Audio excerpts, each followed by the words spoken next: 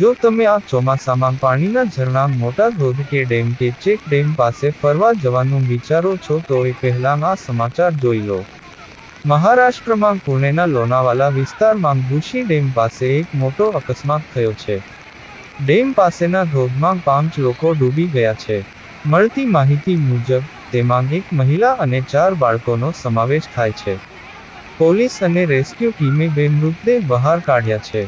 શોધ અને બચાવ કામગીરી ચાલી રહી છે। માહિતી આપતા પુણેના એસપી પંકજ દેશમુખે જણાવ્યું કે રાહત અને બચાવ માટે ઓપરેશન ચલાવવામાં આવી રહ્યું છે। તેમણે જણાવ્યું કે ધોધમાં ડૂબી ગયેલા 5 લોકો પુણે સૈયદનગરના રહેવાસી છે। આ તમામ લોકો એક જ અંસારી પરિવારના છે। જણાવવામાં આવી રહ્યું છે કે આ તમામ લોકો ચોમાસાની રજાઓ મનાવવા લોનાવાલા ગયા હતા। ગુશી ડેમની પાછળ આવેલા પહાડી ધોધમાં પરિવારના 5 સભ્યો તણાઈ ગયા છે। તેને રેલવે વોટરફોલ કહેવામાં આવે છે। આ પાણી ગુશી ડેમમાં પ્રવેશે છે।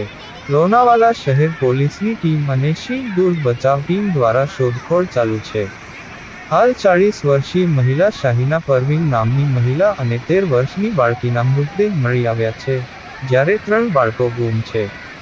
ગુમ થયેલા બાળકોની ઉંમર 4 થી 6 વર્ષની વચ્ચે હોવાનું એક પોલીસ અધિકારીએ જણાવ્યું હતું। પુણે દેહતના પોલીસ અધિક્ષક પંકજ દેશમુખે જણાવ્યું હતું કે આ ઘટના બપોરે 1:30 વાગ્યાની આસપાસ બની હતી। ત્યારબાદ શોધ અને બચાવ ટીમોને ઘટના સ્થળે મોકલવામાં આવી હતી। વધુ માહિતી આપતા એસપી દેશમુખે જણાવ્યું હતું કે, અમે 40 વર્ષની મહિલા અને 13 વર્ષની બાળકીના મૃતદેહ બહાર કાઢ્યા છે। આ ઘટનામાં 2 6 વર્ષની બાળકી અને એક 4 વર્ષનો છોકરો ગુમ છે।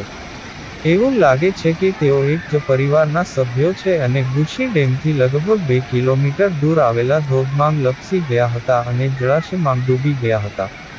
ઉલ્લેખનીય છે કે આવા ઝરણા વરસાદ પડતા અચાનક શરૂ થતા હોય છે ત્યારે આવા સ્થળોએ સાવધાન રહી પરિવારને દૂર રાખવાની જરૂર રહેલ છે। હાલ તો આ અંસારી પરિવાર જોતામાં તણાઈ જતાં જોઈ સૌ કોઈને આઘાત જરૂર લાગ્યો છે। બ્યુરો રિપોર્ટ કર્તવ્ય ગુજરાત ન્યૂઝ।